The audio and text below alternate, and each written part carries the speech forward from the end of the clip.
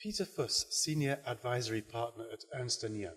Do you think the crisis in Europe is here for a long time? And what might the remedies be? Yeah, different to the crisis in 2008, 2009, we unfortunately may have to expect that this will take longer.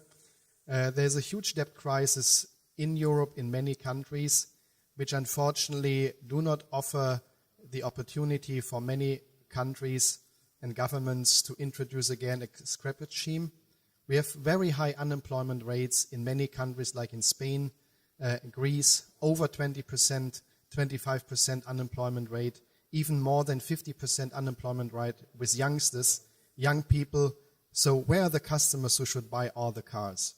So at least for 12 to 18 months, this crisis will continue to stay.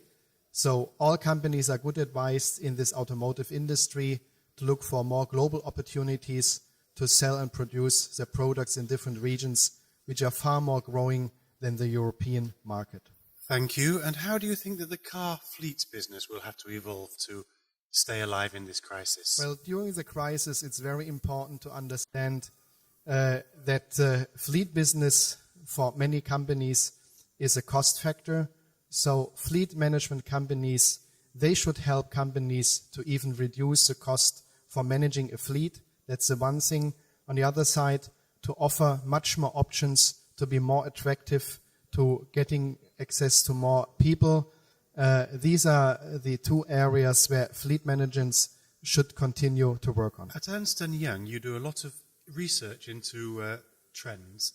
Do you see a real trend away from classical car fleets to the mobility concept? Well, it fits to the overall development in the automotive industry that we are no longer just selling hardware, selling cars. Many OEMs are moving from a car manufacturer to a mobility provider. Also, this has an impact on fleet business as a whole.